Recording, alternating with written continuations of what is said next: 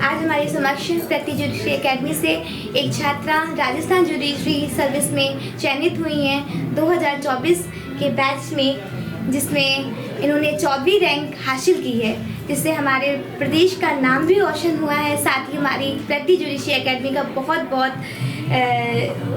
बहुत संस्था का नाम किया है। पहले आपका मैं सबसे पहले आपका स्वागत करना चाहूँगी और आपकी इस जर्नी में आपका कैसा रहा सफ़र, कुछ आप केंद्र बिंदु बताइए मैम। जी 2018 में मैंने अपनी LLB पूरी की। हाँ जी। एंड 5th सेमेस्टर में ही मैं यहाँ पे सर के पास प्रगति जुडिशियल एकेडमी में एडमिशन लेने आई। हाँ जी। एंड उस दौरान मैं इसका श्रेय सबसे पहले अपने मेंटोर को देना चाहूँगी, हाँ सर को देना चाहूँगी, क्योंकि जो बेस है, जो जज बनने का जो बेस था, वो मेरा सर ने ही तैयार करवाया है। एंड उसके बाद मैं ईश्वर को पूरा श्रेय देना चाहूँगी और मेरी माता पिता का उसमें बहुत योगदान रहा है। मैं अभी मैरिड हूँ। मैरिज के पहले मेरे माँ बाप ने मेरा बहुत साथ दिया है एंड आफ्टर मैरिज थैंकफुली मुझे ऐसे इन लॉज, ऐसे हस्बैंड मिला कि वो भी मेरी जुडिशरी की इम्पोर्टेंस को समझ पाए और उन्होंने भी मेरा पूरा साथ दिया है मेरी तैयारी में। मेरा 2018 से 2020 तक का बैच था। मैंने यहाँ पर जुडिशियल एकेडमी में मैंने 2020 तक अपनी प्रिपरेशन पूरी की एंड उस दौरान यहाँ पर सर ने हम लोगों को काफ़ी टेस्ट्स कराए। बैच में सर काफ़ी ओरल टेस्ट भी लेते थे एंड मेंस के टेस्ट भी बहुत सर के हेल्पफुल रहे हैं। एंड उसके बाद फिर 2021 से मैंने अपने एग्ज़ाम्स देना चालू किया है और उसमें भी सर का काफ़ी मतलब मॉक इंटरव्यूज़ कराना और ऑनलाइन, मुझे याद है अभी कि कोविड में जब सब लॉकडाउन हो गया था और तब जूम मीटिंग वाला भी ऑप्शन ज़्यादा अवेलेबल नहीं था, तो उस दौरान भी सर को ये लगा कि बच्चों का लॉस नहीं होना चाहिए, तो सर ने हम लोगों को व्हाट्सएप वॉइस नोट्स तक से हम लोगों के नोट्स बनवाए हैं। मैंने, मुझे याद है कि मेरे कॉन्ट्रैक्ट, TPA, ज्यूरिस्प्रूडेंस वगैरह मैंने सब व्हाट्सएप वॉइस नोट से कंप्लीट किए हैं नोट्स। तो ये एक डेडिकेशन सर का भी रहा है बच्चों के प्रति। तभी हम लोगों के अंदर भी डेडिकेशन आता है कि सर इतनी मेहनत कर रहे हैं तो हम उसका कुछ परसेंट तो दे सकते हैं ताकि उनको भी अच्छा रिजल्ट मिले कोचिंग से। और फिर उसके बाद 2021 में मेरी कोविड से मेरी मदर की डेथ हो गई और वो फेज़ थोड़ा सा मेरे लिए बहुत डिस्टर्बिंग रहा है। फिर 2022 में मेरी मैरिज हुई और इस दौरान कुछ एग्ज़ाम्स मैंने दिए MP जुडिशियल सर्विसेज के, बट मेरा उसमें रिज़ल्ट फाइनल नहीं हुआ। 2023 में मैंने, लेकिन आपने हार नहीं मानी, आपने कंटिन्यू उसको रखा और मोटिवेट रहे। सबसे पहले मोटिवेशन बहुत सर की तरफ से कैसा क्या, मतलब मोटिवेशन आपकी बिल्कुल पॉजिटिव में ही रही? जी, जब भी मतलब रिजल्ट नेगेटिव आया तो सर से भी बात हुई, तो सर ने यही बोला कि आप अपने पॉइंट्स देखिए, आप कहाँ पर लैग कर रहे हो, आप पहले उसको फाइंड आउट करो कि आपके कौन से पॉइंट छूट रहे हैं जो आप कर नहीं पा रहे हो, जिसकी वजह से आपका रिजल्ट नेगेटिव जा रहा है। तो और क्लास में भी सर काफ़ी हम लोगों को मोटिवेट करते थे कि क्या करना है क्या नहीं करना है, उसके भी प्रॉपर सर गाइडेंस देते रहते हैं। और मोटिवेशन फैक्टर तो सर की डांट से भी आ जाता है कि सर क्लास में डांटते हैं, वही बहुत बड़ा मोटिवेशन है कि आपको करना क्या है आगे। और 2022 फिर मैंने 2022 में यूपी का फॉर्म आया, मैंने वो भी डाला यूपी।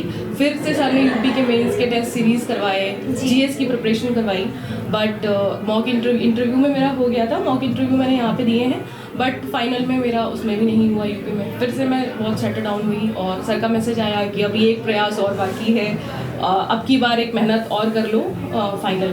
फिर मैंने 2024 जनवरी से मैंने फिर बिल्कुल एकदम ज़ीरो से स्टार्ट किया कि अब बिल्कुल पुराने नोट्स वगैरह जो सर बनवाते थे उससे उसको थोड़ा सा जजमेंट्स वगैरह इंक्लूड करके मॉडिफाई करके अमेंडमेंट जो हुए आपने जोड़ा। जी बिल्कुल।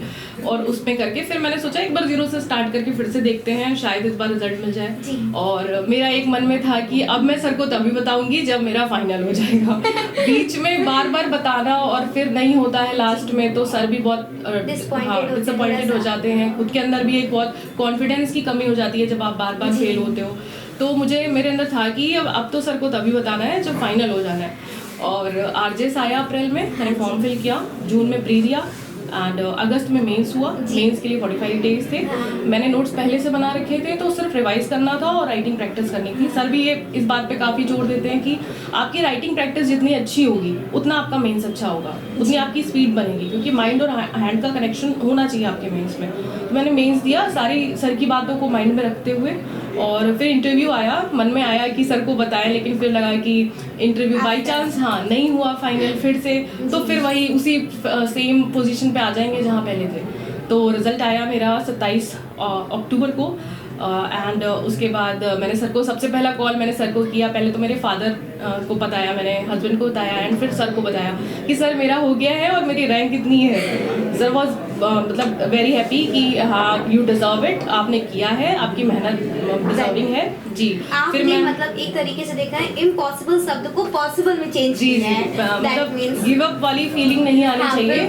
आप गिव अप कर देते हो तो भगवान आपका टेस्ट बहुत सारा लेते हैं, आपको गिव अप करने के लिए तैयार रहते हो तो आप कहीं ना कहीं भगवान सोचते हैं नहीं आप लायक नहीं हो उसके, आप टेस्ट में फेल हो रहे हो। तो इस तरह से फिर सर को मैंने बताया, सर के पास है, and sir was very happy कि हाँ आप इतने साल की मेहनत आपकी सफल हुई, आपने हार नहीं मानी और रैंक भी बहुत अच्छी है। तो ये संस्थान का बहुत योगदान रहा है मेरी सफलता में। और सभी लोग जो भी जर्नी में रहे हैं, यहाँ का स्टाफ मेंबर्स और जो भी मेरे बैच में स्टूडेंट्स थे, वो सभी मतलब काफ़ी बहुत से बच्चे सेलेक्ट हुए हैं, एंड यही मैं कहना चाहूँगी। अच्छा, आप आने वाली जनरेशन जो हमारी प्रकृति ज्योतिषी एकेडमी से जुड़े हुए हैं बच्चे, उनको क्या चीज़ कोई एक शब्दों में सब मतलब संदेश देना चाहें कि जिससे कि वो मोटिवेट और तो ऑलमोस्ट हमेशा मतलब मोटिवेट रहें? सबसे पहले मैं तो उनको ये कहना चाहूँगी कि ये डिसिप्लिन बहुत ज़रूरी है इस तैयारी में।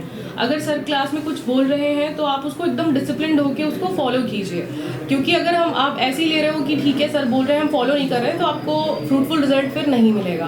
तो आप डिसिप्लिन और हार्डवर्क दोनों को साथ साथ लेके चलिए और आपको रिजल्ट जरूर मिलेगा। और आपकी सर की बातों को बिल्कुल रिलीजियसली फॉलो करिए। ये मत सोचिए कि ठीक है टेस्ट दे रहे हैं, टेस्ट वगैरह जो सर लेते हैं वो दीजिए एंड आपको रिजल्ट जरूर मिलेगा। आपका जो एक अंदर ऑनेस्टी होनी चाहिए आपकी पढ़ाई के प्रति, आप यहाँ पे आए हो जज बनने, तो उसके प्रति जो ऑनेस्टी है और डिसिप्लिन, ये दो चीज़ें बहुत ज़रूरी हैं। अगर ये दोनों चीज़ें आपकी सही हैं तो आपका 100% रिजल्ट आपको मिलेगा। चलिए, बहुत अच्छा लगा मुझे आपसे बात करके। आपने इतनी अच्छी चीज़ें हम लोगों को बताई इस संस्थान की कितनी आवश्यक है। जो बच्चे जज बनना चाहते हैं उनके लिए ये संस्थान मतलब एक A to Z का काम करती है। दैट मीन्स आपके कथन के अनुसार। तो थैंक यू, आपका यहाँ पर बहुत बहुत धन्यवाद।